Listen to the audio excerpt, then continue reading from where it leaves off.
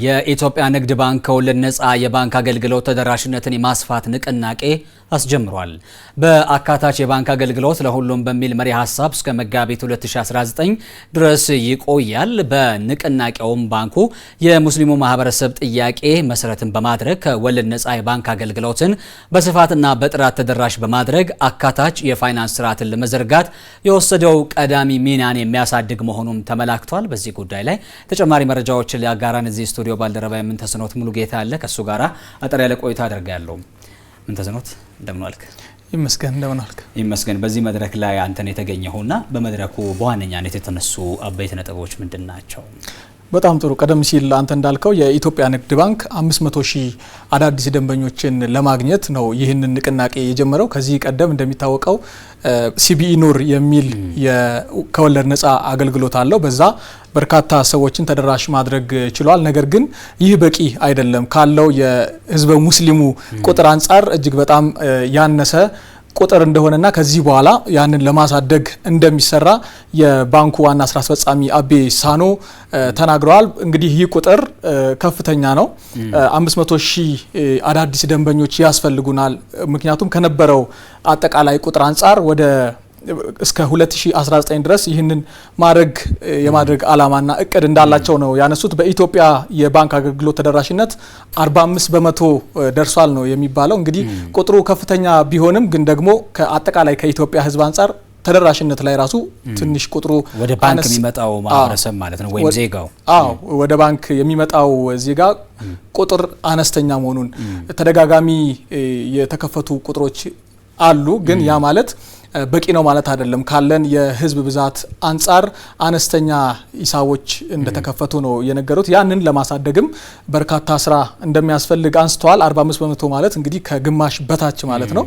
ስለዚህ ይህንን ለማሳደግ አሁን የጀመሩት ከወለድ ነፃ የባንክ አገልግሎት እንግዲህ አስፈላጊና ንቅናቄው የሚቀጥል መሆኑን አንስተዋል። ከንግድ ባንክ ሲቢኢ ኑር በሚለው ብቻ 12 ዓመት ቆይቷል። በዚህ ውስጥ 8.4 ሚሊዮን ዜጎች ወይም ደግሞ ደንበኞችን ነው ማፍራት የቻለው። ይህ ቁጥር አነስተኛ ነው፣ ማሳደግ ይገባል ነው ያሉት። የእሳቸውን ሀሳብ ተካትለን እንመለስ። ለምሳሌ ባንካችን እንደ ሀገርም ይህንን አካታችነት ለማበረታታት ከ10 ዓመት በፊት ቁጠባ ደብተሮች ላይ ወለድ የሌላቸው አገልግሎት በማምጣት ረጅም ጊዜ የቆየ ታሪክ አለው። ይሄም ሆኖ በዛ የተሰበሰበ ቁጠባ የት እንደሚውል ስለማይታወቅ እሱም ቅሬታ ይፈጥር የነበረ ነው። የዛሬ 10 ዓመት ግን አሁን 11 ዓመት አልፎታል። ሙሉ በሙሉ ከወለድ ነፃ የባንክ አገልግሎት በስሩ ጀምሯል። ይሄ ማለት ደንበኛ ገንዘቡን ካስቀመጠ ያ ያስቀመጠው ገንዘብ ምንም ከወለድ ጋር ሳይነካካ ኢደር ሸሪዓን ባከበረ ፋይናንስ ላይ የሚውል ወይ ደግሞ በባንክ የሚቀመጥ ሆኗል። ስለዚህ አስቀማጮች ራሳቸውም ከወለድ ነፃ የባንክ አገልግሎት በማስቀመጥም በመበደርም ዘርፍ ማግኘት የሚችሉበት እድሉ እያለ ይሄን እድል ተረድተው እስከዛሬ ድረስ የባንክ ሂሳብ በኢትዮጵያ ንግድ ባንክ የከፈቱ 8.4 ሚሊዮን ብቻ ናቸው። እንግዲህ ቅድም እንዳነሳ ነው በሀገር ከግማሽ በታች የባንክ ሂሳብ እንዳለ አንስተናል። በተለይ ከአዋቂዎች በእርግጥ በአጠቃላይ የባንክ ሂሳብ እጅግ በጣም ከፍተኛ ከዜጎችም ቁጥር በላይም ቢሆን ባንካችን ይሄን ለማሳደግ ብዙ ስራ ሰርቷል። የባንክ ቅርንጫፎች ህብረተሰቡ ጋር ደርሶ በሁሉም ቦታ ከፍቷል። በዛሬው ዕለት 1918 ቅርንጫፎች አሉን።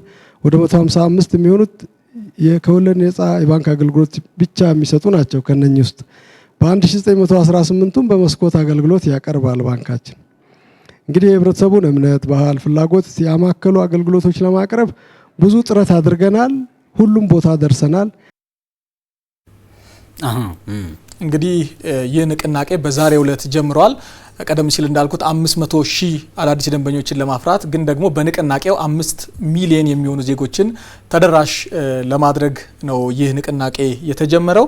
ንቅናቄው አብዛኛው ከወለድ ነፃ ተጠቃሚ ማህበረሰቦች ወዳለባቸው አካባቢዎች በስፋት እንደሚሰራም እንደዚሁ ተመላክቷል። በአፋር፣ በኦሮሚያ፣ ሶማሌ፣ አማራ፣ ማዕከላዊ ኢትዮጵያ ክልሎች ላይ ተደራሽ የሚያደርግ እንደዚሁም ደግሞ ቤኒሻንጉል ጉሙዝ ክልል ላይ ተደራሽ እንደሚያደርግ እንደዚሁ ተነግሯል። 241 ወረዳዎችንም ጭምር ነው እንግዲህ ተደራሽ የሚያደርገው። ለአንድ አመት የተያዘ እቅድ ቢሆንም ግን ደግሞ በአጭር ጊዜ ውስጥ በሁለት ወር ጊዜ ውስጥ የኢትዮጵያ ንግድ ባንክ ሰራተኞች አጠቃላይ ይህንን ያሳካሉ የሚል እምነት አለኝ ብለዋል። እንግዲህ የዋና ስራ አስፈጻሚው አቶ አቤ ሳኖ እስከ መጋቢት 2019 ድረስ እንደሚቆይም እንደዚሁ አንስተዋል። አሁንም መልእክታቸውን እንከታተል። ይህ መድረክ እንግዲህ በዋናነት የሀገሪቷ በሙሉ ላይ ስራ የምንሰራ ቢሆንም በልዩ ሁኔታ አብዛኛው የሙስሊም ህብረተሰብ ባለባቸው ክልሎች ትኩረት ያደርጋል። በአፋር፣ በኦሮሚያ፣ በሶማሌ፣ አማራ፣ ማዕከላዊ ኢትዮጵያና ቤንሻንጉል ጉሙዝ ክልሎች ከ241 ወረዳዎች ላይ ትኩረት የሚያደርግ ለ12 ወራት የሚቆይ ሰፊ ፕሮጀክት ተቀርጾ ወደ ስራ ተገብቷል። በዚህ ፕሮጀክትም ግብ ተደርጎ የተቀረጸው ቢያንስ ከግማሽ ሚሊዮን በላይ አዳዲስ የወለድ ነፃ የባንክ ደንበኞች ለማፍራት እቅድ ተደርጎ ነው የተጀመረው። ከዚህ ውስጥ 350 ሺው በቅርንጫፎች ሂሳብ የሚከፈት ሲሆን ወደ 150 ሺህ የሚሆነው ደግሞ በሲቢኢ ብር ወኪሎቻችን በኩል ሂሳብ ይከፈታል ተብሎ እቅድ ተይዟል። ከዚህ ውስጥ እንግዲህ ሴቶችን ማብቃት ቤተሰብን፣ ማህበረሰብን ብሎም ሀገርን ማብቃት በመሆኑ ፕሮጀክቱ በልዩ ትኩረት ሴቶችንና በገጠር የሚኖሩ ወገኖቻችንን በፋይናንስ ማብቃት ላይ ያተኮረ ነው። ከሚከፈቱ 500 አዳዲስ የባንክ አካውንቶች እንግዲህ ቢያንስ 150 ሺህ የሚደርሱት ሴቶች እንዲሆኑ ፕሮግራሙ ሪኳየርመንት አስቀምጧል ማለት ነው። ስለዚህ ይሄ ላይ ትኩረት አድርገን የኛም ቅርንጫፍ ሰራተኞች በልዩ ሁኔታ እንድንሰራ ነው። ይሄ እቅድ እንግዲህ ለአመት የተቀመጠ ቢሆንም ባንካችን በአንድና በሁለት ወር ይሄን ያሳካል ብዬ ነው ተስፋ ማደርገው። የኦፕሬሽን ኃላፊዎች እዚህ ያሉ፣ ዋናው ባለቤት ጭንቅላቱን እያነቃነቁ ነው። ይሄን እንደሚያደርጉ ተስፋ አደርጋለሁ። 12 ዓመታት ለተሻገረ ጊዜ እንግዲህ ቆይታ አድርጓል የኢትዮጵያ ንግድ ባንክ ከወለድ ነፃ የባንክ አገልግሎት። እንግዲህ ከዚህ ቀደም በተለይ በዚህ የወለድ ነፃ የባንክ ተጠቃሚዎች ዘንድ በስፋት ሲጠየቅ የነበረ እንደነበር ይታወቃል። ይህንን አገልግሎት ቀዳሚነት ከጀመሩት ባንኮች መካከል ደግሞ የኢትዮጵያ ንግድ ባንክ አንዱ ነው። ይህም ደግሞ እየሰፋ መጥቶ በርካታ በዚህ መልክ መጠቀም ለሚፈልጉ ዜጎች ደግሞ እድልና በሩንም እያሰፋ ነው የሚገኘው። በቴክኖሎጂም በዛው ልክ እየላቀ ነው የሚገኘው። በተለይ ዲጂታል ስርዓት በባንኩ ውስጥ መግባት ይህንን ቁጥር እንዲያድግ አድርጎታል። ግን ደግሞ ካለው ከህዝብ ብዛት አንጻር በጣም አነስተኛ ቁጥር እንደሆነ ነው ቀደም ሲልም እንዳልኩት የተገለጸው። ከወለድ ነፃ እስካሁን ድረስ ተጠቃሚ የሆነው 12 በመቶ ብቻ እንደሆነና ይህን ቁጥር ማሳደግ እንደሚገባ ንግድ ባንክ ብቻ ሳይሆን በሌሎችም ባንኮች ጭምር ይህ ቁጥር ተመሳሳይ አገልግሎት የሚሰጡ ተመሳሳይ አገልግሎት የሚሰጡ ከወለድ ነፃ አገልግሎት ያላቸው ባንኮች አሁን ላይ እየሰፉ መጥተዋል።